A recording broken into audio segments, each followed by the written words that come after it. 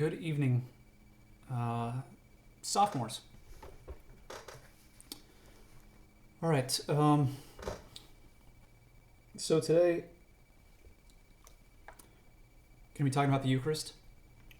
So we're going to go through everything that is in the textbook first, and then I'm going to say a little bit about your assignment and kind of maybe dive into these excerpts that I sent you. I'm not going to go through like one by one because that would take a long time, but I'm going to cover a little bit of it, or some of the things that I really like about it, and make some comments about the assignment in general. So let's begin. All right, now when Jesus multiplied the loaves and the fish when feeding the 5,000, that was a foreshadowing of the Eucharist. Okay, now when the crowds came back to him the following day, Jesus spoke of himself as the bread of life, and he compared himself with the manna that was given to the Israelites when they were wandering through the desert. So that was the bread from heaven. And we see, so this is Gospel of John, chapter 6, verses 49 through 51. So this is what he said to the people the day after multiplying the loaves and the fish. Your fathers ate manna in the wilderness, and they died. This is the bread which comes down from heaven, that a man may eat of it and not die. I am the living bread which came down from heaven. If anyone eats of this bread, he will live forever. And the bread which I shall give for the life of the world is my flesh. So some people objected to that. They were probably a bit caught off guard. Some said, how can this man give us his flesh to eat? Well, Jesus, instead of watering down what he said, he replied, Truly, truly, I say to you, unless you eat the flesh of the Son of Man and drink his blood, you have no life in you. He who eats my flesh and drinks my blood has eternal life, and I will raise him up at the last day. For my flesh is food indeed, and my blood is drink indeed. He who eats my flesh and drinks my blood abides in me, and I in him. As the living Father sent me, and I live because of the Father, so he who eats me will live because of me. This is the bread which came down from heaven, not such as the fathers ate and died. He who eats this bread will live forever. So after this, some left. Some of his disciples were no longer his disciples. That saying was a bit too radical, too outlandish for them. But the apostles, they stuck by him. They put their trust in him. And I can't imagine they actually understood fully what he was saying. But they stuck by him nonetheless. All right, now on to page 200. So that was page 199, by the way. I think I forgot to mention that. So 200, New Passover.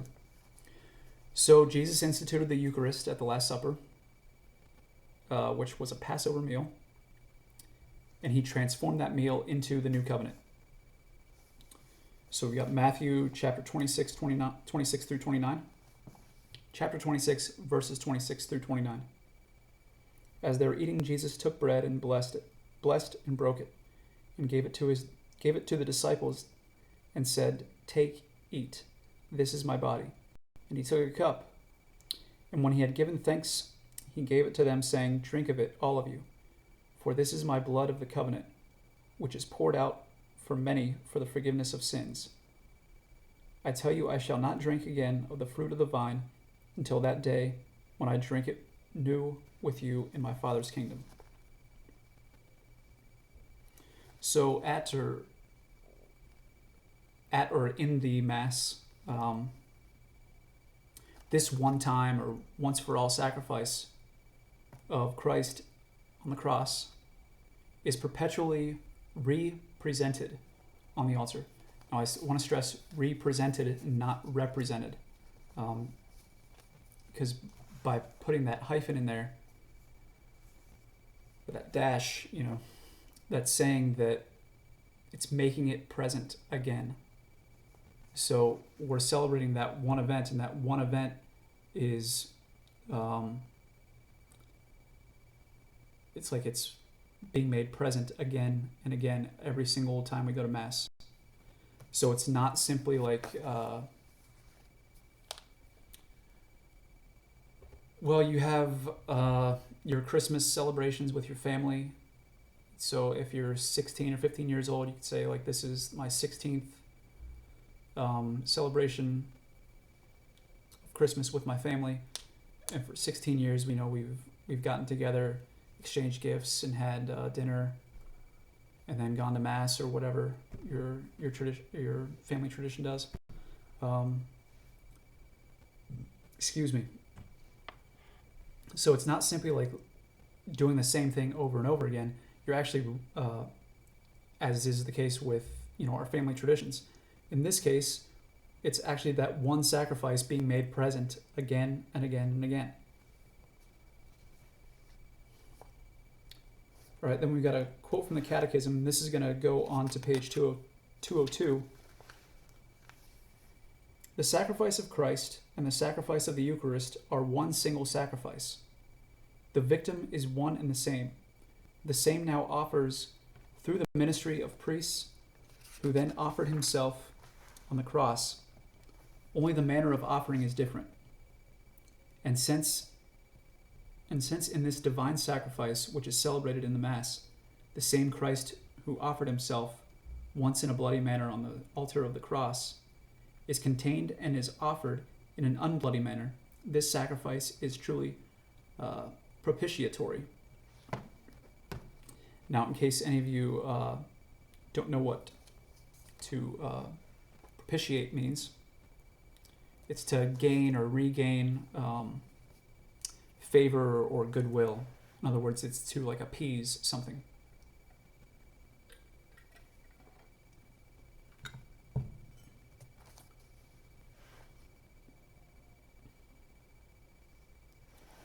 All right, so the Mass, this book says, it's also a sacrifice of praise and thanksgiving, and the Eucharist means thanksgiving.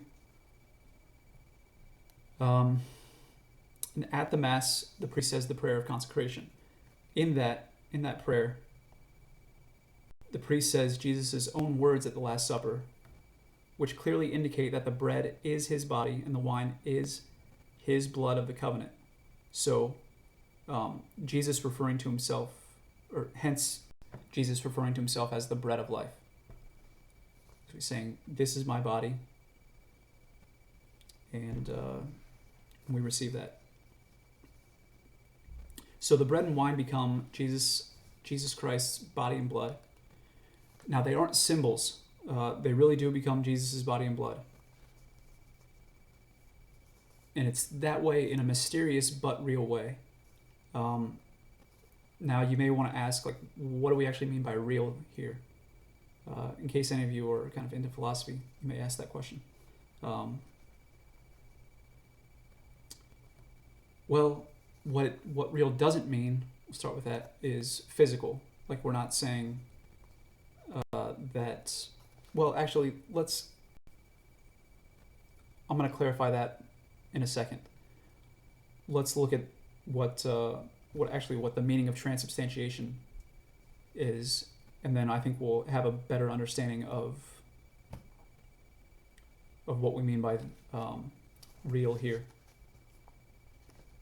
So transubstantiation, it's the change in substance, just as the name indicates, or the word indicates, of the bread and wine into the body and blood of Christ, while leaving the appearance the same. So it looks the same afterwards, but the substance is different. Now, I know I've gone over this with you before, but it's worth repeating because it is, I suppose it's pretty high-level stuff. it's just kind of hard for me to remember that because I'm so used to it that it doesn't strike me as difficult anymore. Anyway, so here's to understand what transubstantiation means. Think about this: like, what is it that makes you you? And then think about what characteristics you possess that don't make you who you are. Okay, so my guess is, at least my hope is that that things like your appearance, the color of your hair, your weight, your eye color, all that stuff could be changed, and you would still be you. But when we're talking about what makes you you, we're talking about something that isn't exactly material. It's more spiritual than anything. Now, yeah, I mean, some people may say genetic code. Like, sure, okay. I have no doubt that's part of it. But I'm not going to reduce uniqueness of a person to his or her genetic code.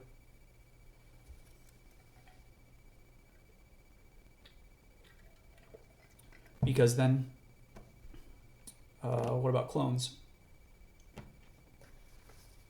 Anyway. So with that example, what makes you you is substance. We'd say that's the substance of who you are. Then the second part, or the things that are changeable, we call accidents. And it's not like I got into a car accident, not that kind of accident, but something that isn't essential is referred to as an accident. Okay, so with transubstantiation, the substance is remaining the same, with transubstantiation, the substance is changing while the accidents remain the same. Excuse me. So, I don't know, what stupid movies are there about like people changing bodies or whatever? That would be, I think you could say that's transubstantiation. Sorry, I had never thought about that like that before. So the texture, the taste, the color, the weight, all those things about the pre-consecration, the bread of wine, pre-consecration, they stay the same post-consecration. What differs is the substance of it. So I think that covers why we don't say Jesus' physical presence, because physical tends to mean like material. Now we could, based on like an older meaning of physis, you could make a case maybe that you could say it's physical, but definitely not in the common usage of the word physical. Could we make that claim now? Okay, so we'd say it's a sacramental presence. Now, if you remember what sacrament means, or the more broad definition of sacrament means, it's it's a visible sign of invisible grace. Okay, so the visible thing remains the same, but the invisible thing changes with transubstantiation. All right, now hopefully that covered it. Hopefully that helped out. Okay, now we've got a quote from the Catechism. By celebrating the Last Supper with his apostles in the course of the Passover meal, Jesus gave the Jewish Passover its definitive meaning. Jesus is passing over to his Father by death and resurrection. The new Passover is anticipated in the supper and celebrated in the Eucharist, which fulfills the Jewish Passover and anticipates the final Passover of the Church in the glory of the kingdom. Boom. All right, now we're in this last section Do this in memory of me. Still on page 202. Right, so do this in memory of me. These are Jesus' words, or some of Jesus' words to his apostles at the Last Supper. And his apostles were the first bishops, priests, or first bishops and priests. And their successors still do this, still say these words every single Mass. Right now, another quote from the Catechism. The command of Jesus to repeat his actions and words until he comes does not only ask us to remember Jesus and what he did, it is directed at the liturgical celebration by the apostles and their successors of the memorial of Christ, of his life, of his death, of his resurrection, and of his intercession in the presence of the Father. Right, now we've gone through what's brought up in the following paragraph there, with the exception of this, I don't think we've said it explicitly, that the Catholic Church's beliefs about the Eucharist align perfectly with those of the apostles and the early church. And I think, kind of on that note, one reason why I think a lot of Protestants end up converting to Catholicism once they encounter or start reading the Church Fathers has to do with this. That, I mean, the Church Fathers undoubtedly, like there's definitely no room for argument there, that they believe that the Eucharist was the real body and blood of Christ, that Jesus is truly present in that. And that's something that, because that's something that we have as Catholics. Like, we have the Eucharist, and our Protestant brothers and sisters do not. So, I mean, in my opinion, that would be a good reason to convert. I mean, that's one reason why I would never convert. If I was to convert to anything, I mean, I guess I don't want to speak too confidently of the future, but I imagine that if there's anything that I would convert to, would be to Orthodox Christianity, because they also have the Eucharist. They've got the sacraments, all of them. So, yeah. Now, it's hard to underestimate the benefit of receiving the Eucharist. So first, it forgives our venial sins. Second, it strengthens us against future temptations to commit mortal sins. Now we're on to page 203.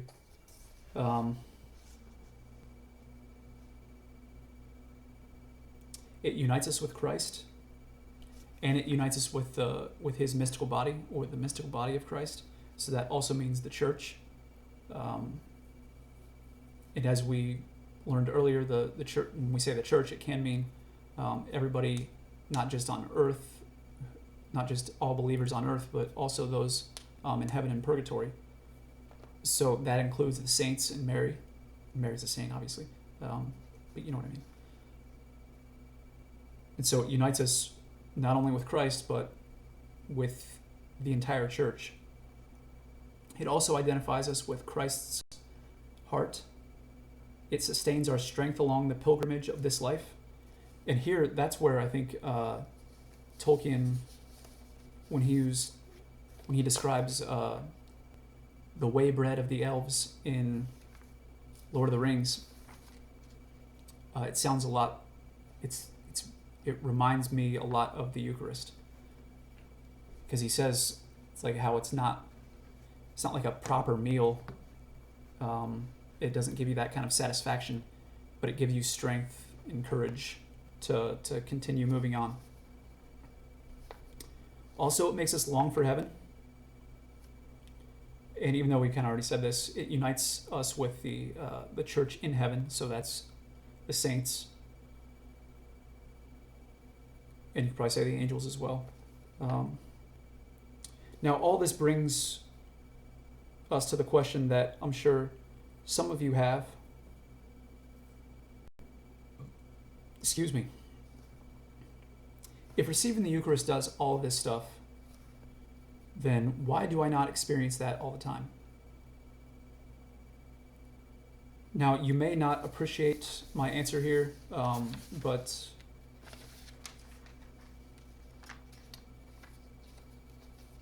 it's my honest answer. Okay, so deal with it. All right, so since I've come back to the church, so talking since I was like 21 years old, I think that was the year I kind of started coming back to Catholicism. I think I've had anywhere from 2 to 4, at least 2, maybe 4 pretty profound, amazing experiences receiving the Eucharist. So if you do the math for that, that's 2 to 4 out of anywhere from like 600 to 1,000, because I think like 650 would be the amount of, I did the math, 654 I think was the number of Sundays for whatever year that was, 2007 I think, to present. But I don't know which month, so I can't really be exact about that. So that's why I said 600 to 1,000. So I remember the first couple were at the very beginning. Then I think probably one a few years after that, then maybe one a few years after that, and so on. So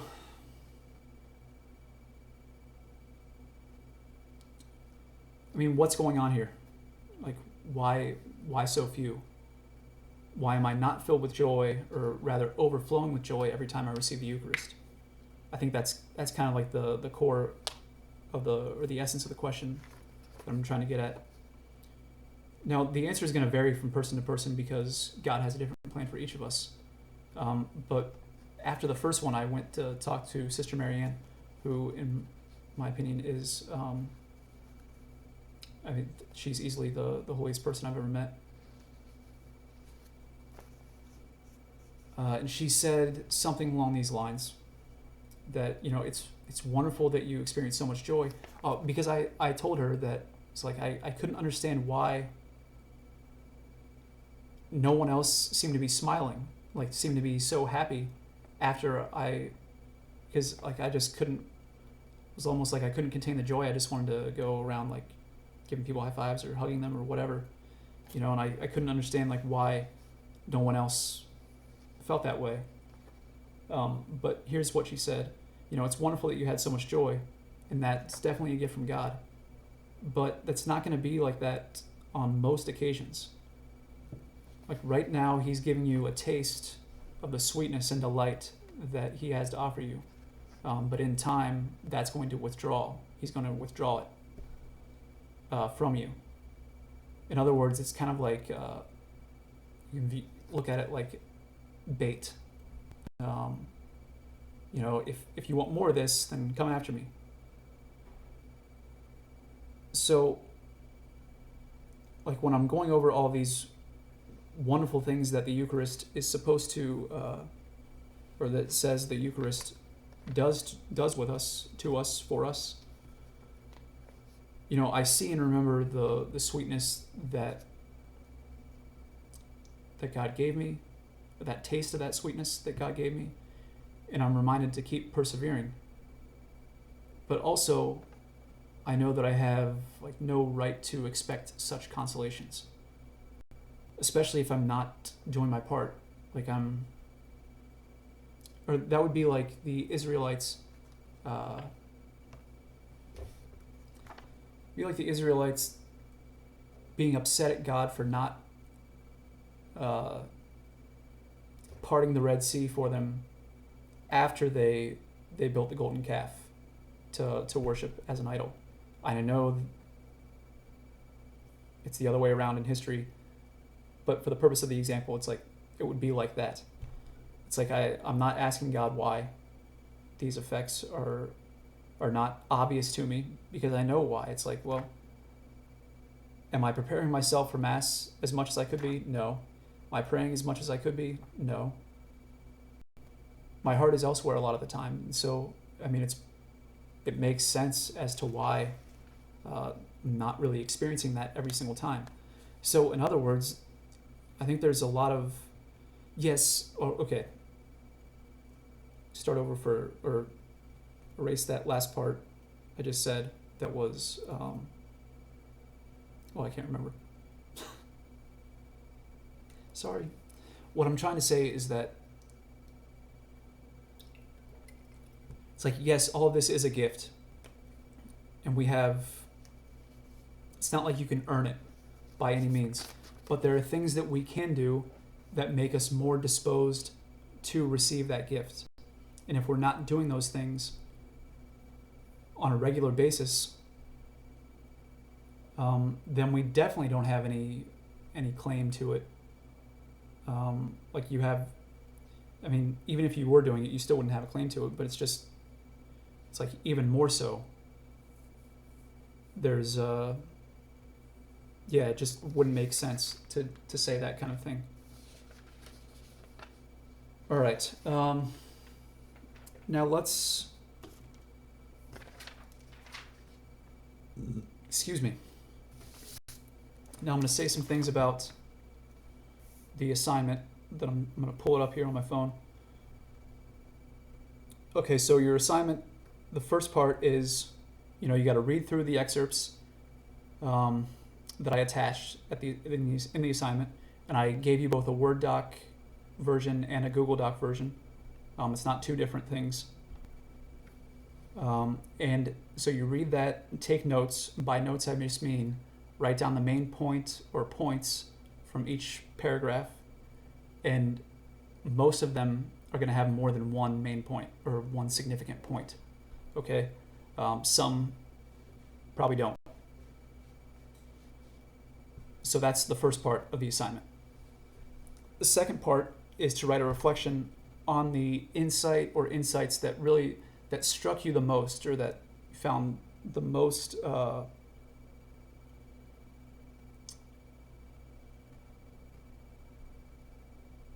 profound. So if you're Catholic, I would encourage you to bring in or to look at it like this: like, what did you read there that is going to help you to receive the Eucharist in a more genuine, deeper way, to be more mindful of it. Okay, like that's the way I would approach it if I was, for those of you who are Catholic. Those of you who aren't, then just what I just said in the first part. What struck you the most? What did you think was the best insight? And maybe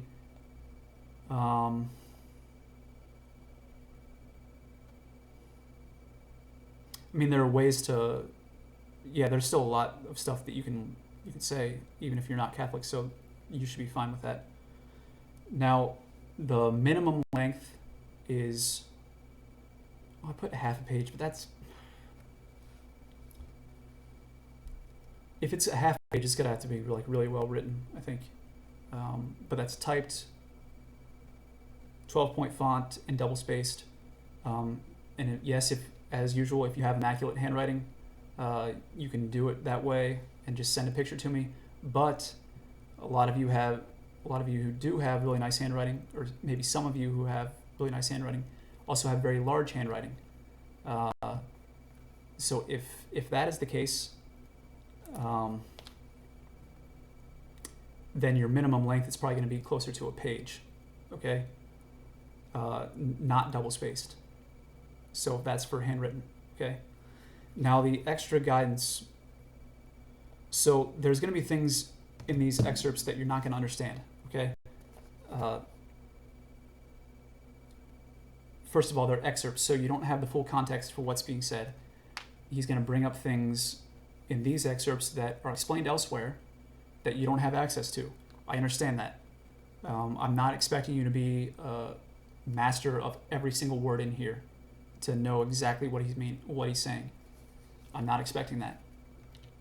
Okay, but with that said, you don't have to understand everything to be able to see some of the significant things that Grandpapa is saying.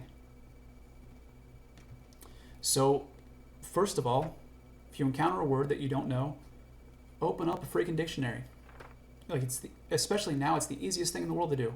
All you have to do is just pull up Google, type in the word, and then after that, definition, and it comes right up.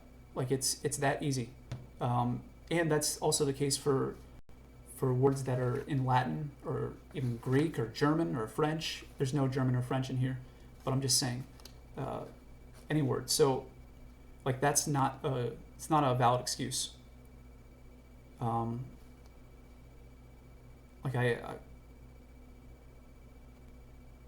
nah, I'm not going to bore you with that. I mean, I'm just saying I had to do that as well. Even in grad school, I was doing that. Well, especially in grad school, I was doing that. I have like pages of Greek words, German words. Definitely not pages of French. Probably only like a few sayings there. Decent amount of Latin as well. Mostly German and Greek. But also a lot of English words. And if you saw my handwriting, how tiny I made it, you'd probably think I was a serial killer. Like if someone saw it without knowing me, they'd probably think I was a serial killer. Like, it's that tiny. I don't know where it is now, or I'll show you. Anyway, so yeah. Secondly, so try not to worry if you're not understanding something. And if you are struggling, well, by the way, I said, I'll talk more about this in the lecture, or in the video lecture, which I did in the beginning, explaining how they're excerpts. So just focus on what you can understand, and go from there. And if you're struggling, I'd really encourage you to focus on the parts that are strictly about the Eucharist, because that is kind of the goal of reading it. All right. And as usual, if you have any questions, let me know. I promise I'll be good about checking my email. I know I'm not always great about that, at least on the weekends. Usually I don't check my email on the weekends, but I will this weekend because I made the assignment due on Monday, so you have a good amount of time to do it. All right, now what I want to say, sorry, this is probably going to be a long video, but what I want to say make a few comments about the excerpts, to have the full effect of, or to be able to better see like what I'm seeing when I read this stuff. It's helpful to keep in mind what I said in the Easter prep video. So in the other list of excerpts from Spirit of the Liturgy that I sent you, and so like one of the main things there is that the worship of God, the proper worship of God, involves the cosmos. It's not. It involves the cosmos, and it's communal. Okay, it isn't only the individual who is praying to God or worshiping Him in some way. Like, yes, that's an essential part of worship and of prayer, but it's also communal. And with the Eucharist, we see, like, we're just given such a great example of how the cosmos is involved in the liturgy. Like how the aim of the liturgy is the transfiguration of all of creation. And so in other words, it's not just us, but all of creation. And so, you're seeing trees start to bloom, flowers blooming. And even though that sucks for anybody who has allergies, like I was at my parents' house. My mom, she is very into gardening, to say the least. So she has flowers in her all over the house, or not, maybe not all over the house, but definitely in the house. And so my allergies were really acting up. Thankfully, they calmed down after I left, but my gracious. Yeah, anyway. Clean canteen.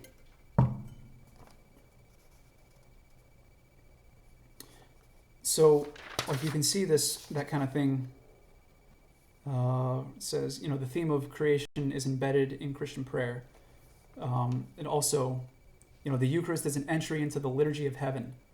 By it we become contemporaries with Jesus Christ's own act of worship, into which, through his body, he takes up worldly time and straightway leads it beyond itself, snatching it out of its own sphere and folding it into the eternal communion of eternal love, or into the communion of eternal love. And then, on the third page, he brings up we need to learn a new kind of seeing, which that is exactly what I was talking about when speaking about icons. And I don't know if you remember that word noetic. Noetic sight is being able to see the invisible through the visible. That's exactly what he's talking about here, but he ties it to the Eucharist. He says, and that is what the Eucharist is for. And then another one that is directly related to what we said about icons earlier on in the year. Flesh and blood have received a new dignity and entered into the Christian's hope for eternal life. It has always been clear that the goal of the Eucharist is our own transformation, so that we become one body and one spirit with Christ. The Eucharist is meant to change humanity itself into the living temple of God, into the body of Christ. He goes on, said the Blessed Sacrament contains a dynamism which has the goal of transforming mankind and the world into the new heaven and new earth, into the unity of the risen body. Again, the Eucharist is not aimed primarily at the individual. Eucharistic personalism is a drive toward union, of overcoming the barriers between God and man, between I and thou, in the new we of the communion of saints. It's good. The Eucharistic body of the Lord is meant to bring us together so that we become his true body. But he can only do this because the Lord gives us his true body. And then that under letter P, there's this thing about person-to-person exchange, the coming of one into the other. The living Lord gives himself to me, enters into me, and invites me to surrender myself to him, so that the apostles' words come true. It is no longer I who live, but Christ who lives in me. Only thus is the reception of Holy Communion an act that elevates and transforms a man. There was a couple other, just really, really good ones. Eating it, as we have just said, is a spiritual process involving the whole man. Eating it means worshiping it. Eating it means letting it come into me so that my I is transformed and opens up into the great we, so that we become one in him. There's some bit about adoration. Where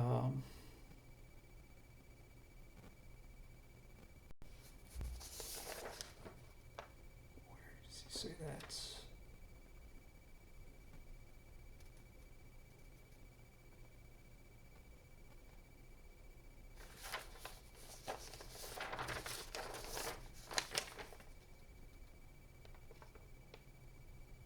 There's one more that I wanted to bring up that I thought was just really amazing.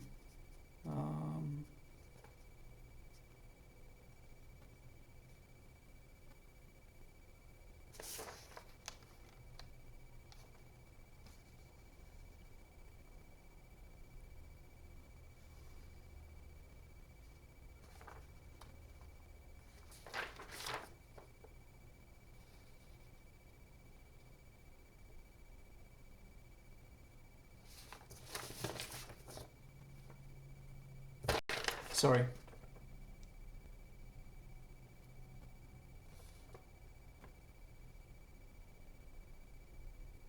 I'm not seeing it.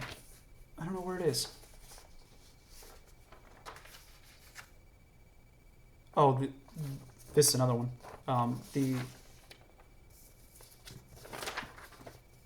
So on the top of the last page, well, I guess we'll start on the fourth page. This action of God, which takes place through human speech, is the real action for which all of creation is in expectation. So all of creation is expecting this action of God.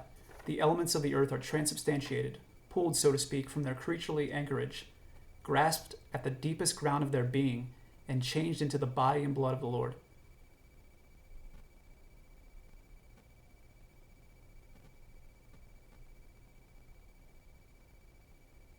Ah, here it is. But we must pray for it to become our sacrifice, that we ourselves, as we said, may be transformed into the Logos, conformed to the Logos, and so be made the true body of Christ. That is the issue, and that is what we have to pray for. That's good. So, like, you may not understand everything, but try to look at it, like, if you're having trouble understanding the paragraphs as a whole, try to go through it sentence by sentence, okay? Because I mean, that will help. I have a lot of experience reading things that I don't understand, and that's what I had to do, like, to get through it, because I didn't even have a teacher helping me, because I chose to write my thesis on something that just so happened to be outside of the expertise of any of the professors at Franciscan. And so, like, I had to learn on my own, and I mean, this is 50 times easier than trying to read Heidegger. I mean, you don't know what he's saying most of the time. Like, still, right now, if I was to pick up one of his books, I'd probably only understand half of it.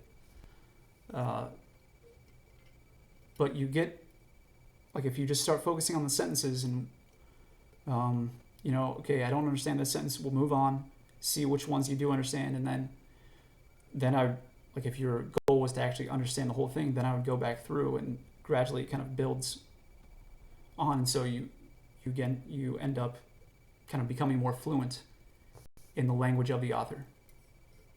Obviously, this is in English, but I don't mean language in that way, but I mean, like, the way that they speak, the way that they talk or write, their general ideas. So I would definitely encourage you to, if you're struggling with it, to just kind of take a deep breath. It's okay if you're not understanding parts of it,